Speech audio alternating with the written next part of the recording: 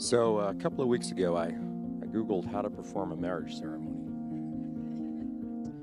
And predictably, the first thing that popped up, and you all know it well, dearly beloved, we're gathered here today. So I scratched that off real quick. Too hokey, too cliche. But 2 weeks was a long time ago, wasn't it? So if you'll forgive me, dearly beloved, we are so thankful to be gathered here today. Can I get an amen?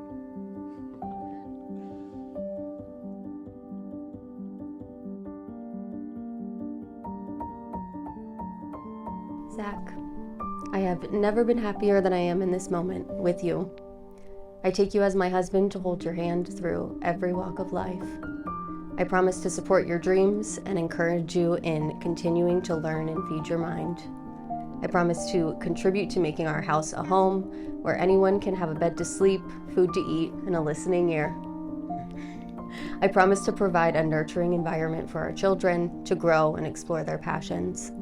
Most of all, I promise to always make us a priority. I love you endlessly. Stop it.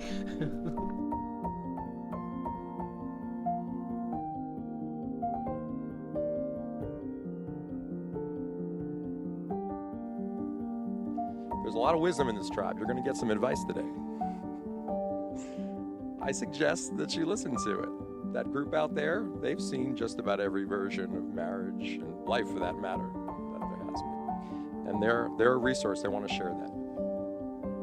I also suggest that you never forget that your journey is a unique one. It only ever has to make sense to the two of you. It only has to ever please the two of you. This is your story you'll write.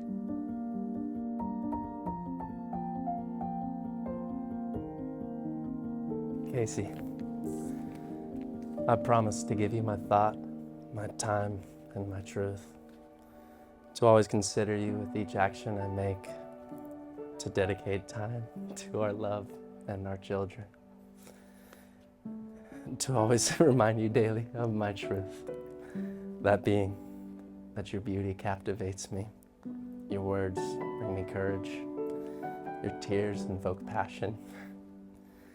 Your touch brings new life, and each breath you breathe, I hold as dearly as my own. When I falter, I ask you forgive, and when I misstep, I ask to be guided, and gently in the right direction. For I won't always make the right choice, but I will continue every day to become the man who can, so you can have the man who you deserve. I love you.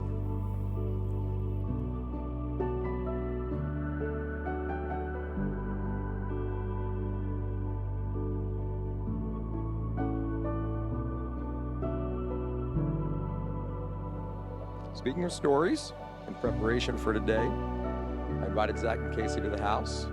I wanted to hear a little more about their story. So after dinner, we sat together in the living room. I took my phone out, put it on the table, I hit record. So there's a saying in my family. It comes from my mother, Sandy.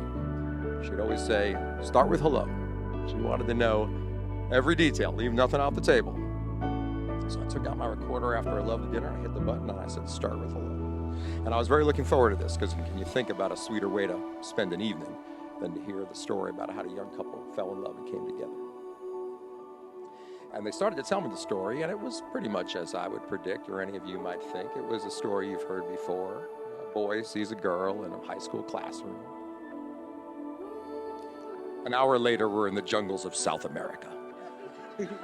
Casey is knitting her own clothes. Zach has a life-threatening infection. I'm 2 scotches into this thing, and all I can think is, thank God I'm recording this. Before the night is over, we're snowed in Denver, and the biblical plague has shut down America.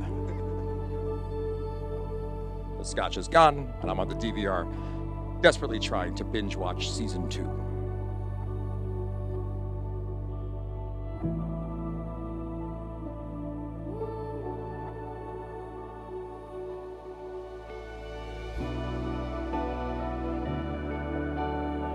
Then it is my very great privilege to pronounce you husband and wife. You may kiss your bride.